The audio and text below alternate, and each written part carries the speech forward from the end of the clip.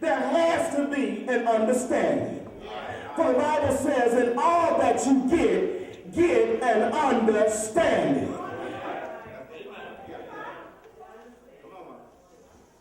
One, of who he is. Two, of what your position is. And three, what the requirements of you will be.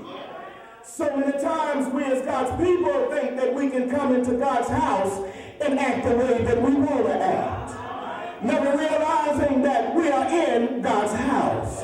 I heard him tell Moses to take off your shoes, for the ground that you're standing on is holy ground.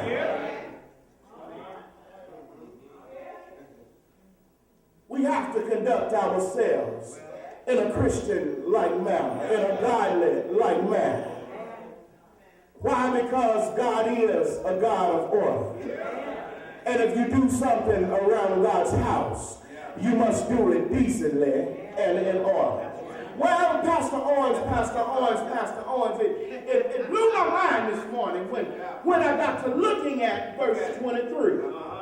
Well, as I looked at verse 23, and it says, and he said to them all, if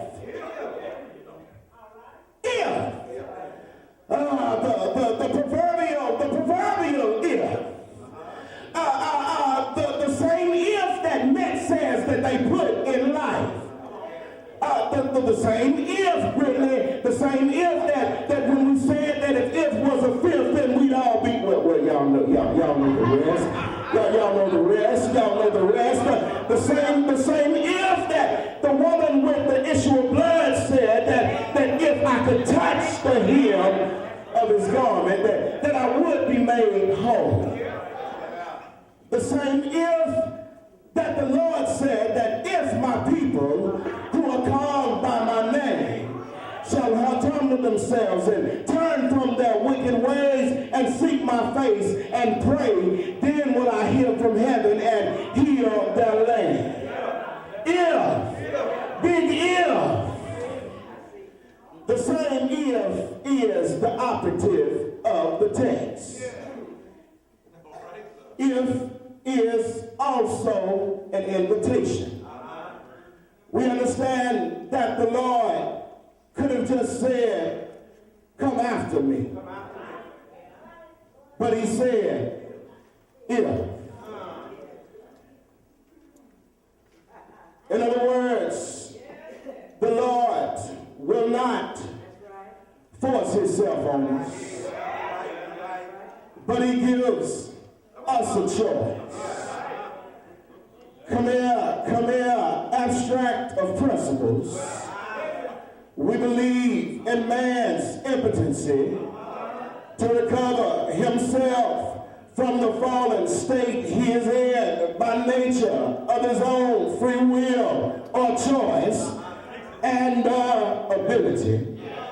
And I heard him saying, and behold, I stand at the door and knock.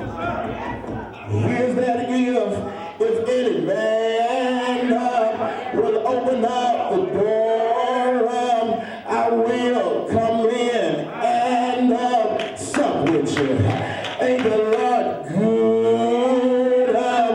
Ain't the Lord all right? In my mind, I can hear the Lord say, and if any man will come after me, let him deny himself. Well, I'm not talking about denying oneself of things, but I'm talking about giving yourself wholeheartedly to the Lord to be used in his service. Ain't the Lord good?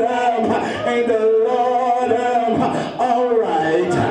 Yes, we got some people that do all the right things for the right reasons or for the wrong reasons. We got some people that come to church for the wrong reasons. We got some people that are affiliated with the Lord for the wrong reasons. But we must first deny ourselves. Because I heard him saying, what profit the man if he gained the whole world and lose his soul? Ain't the Lord good? Ain't the Lord all right? And I heard him saying that we should take up our cross daily. Ain't the Lord good? Which means that this is a daily walk with the Lord. He does not want just weekend visits. He wants you on Monday when the hellhounds are on your trail. He wants you on Tuesday when friends are talking about you and scandalizing your name. Ain't the Lord all right? He wants you on Wednesday when it seems like that there's no peace inside. He wants you on Thursday when your money low. He wants you on Friday when your friends is few. He wants you on Saturday when your children just ain't acting right. Ain't the Lord good? Ain't the Lord all right? And I can see time begin to move on. Ain't the Lord all right? Do you know him? Let me hear you say yes. But I don't want you to fool yourself. And salvation is free. But it costs something to follow the Lord. I sat down at 5 o'clock this morning and I began to take inventory of my life. I've lost some friends, a long life journey. I've lost some friends. When I accepted the Lord, there's been some lonely nights. There's been some sleepless nights in my life. I've had some good days in my life. I've had some bad days in my life. I've been lied on, I've been talked about, and I've been mistreated. Ain't the Lord all right? But as I sat down, I began to add up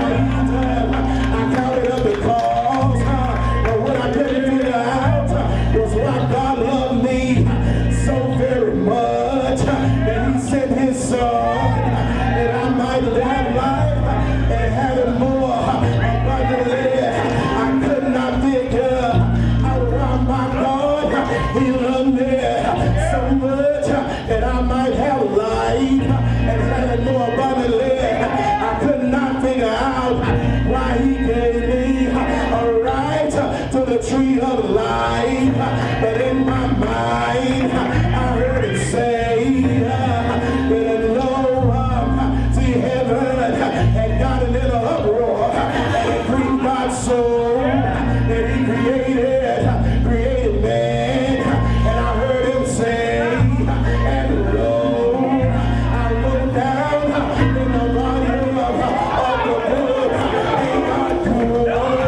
And every man about myself, but he can say, Mark, God is Emmanuel. I'm happy now. I can see him as he come down through 40 and 2 generations.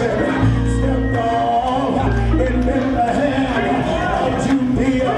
8 days old, he was circumcised. They wrapped him in swaddling cloth. They laid him in a manger. Ain't God good? Took a message for 18 long years. Came walking up the dusty streets of Galilee into Judea. Ain't God good? Turning the sick up, raising the dead, opening blind eyes, lame walk, dumb taught. Ain't God good? And the Lord alright. I can see him as he came on down King Highway. And the Lord alright. I heard him say, and if I be lifted from the earth, and I draw men unto me, and lifted him up between the heavens and the earth. Ain't God good? And my Bible tell me that foxes have holes and birds have nests, and the Son of Man had nowhere to lay his head. He laid his head in the locks of his shoulders, and he died. He died. He died. A great young dead. He died.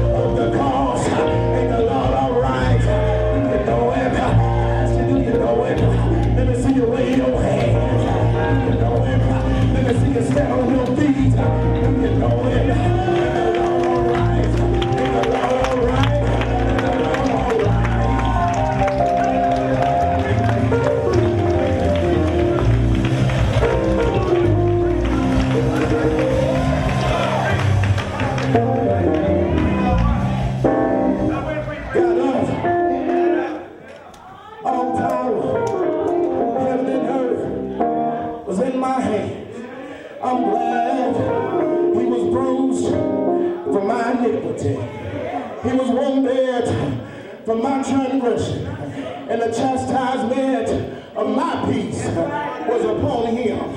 I can hear Isaiah say in the 53rd chapter, it's the Sunday school lesson, who shall